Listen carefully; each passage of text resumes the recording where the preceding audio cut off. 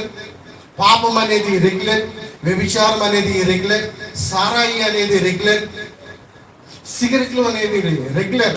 అంటే పాపము పాపము పాపము, ప్రతిదీ పాపం పాపం పాపం పాపం పాపం.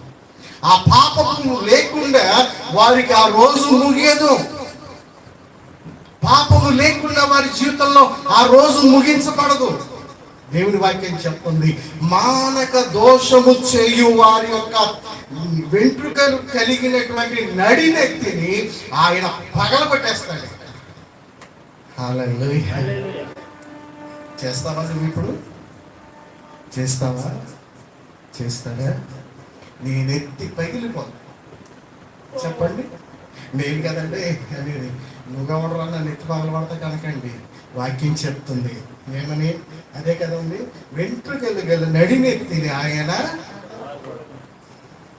నీ నెత్తి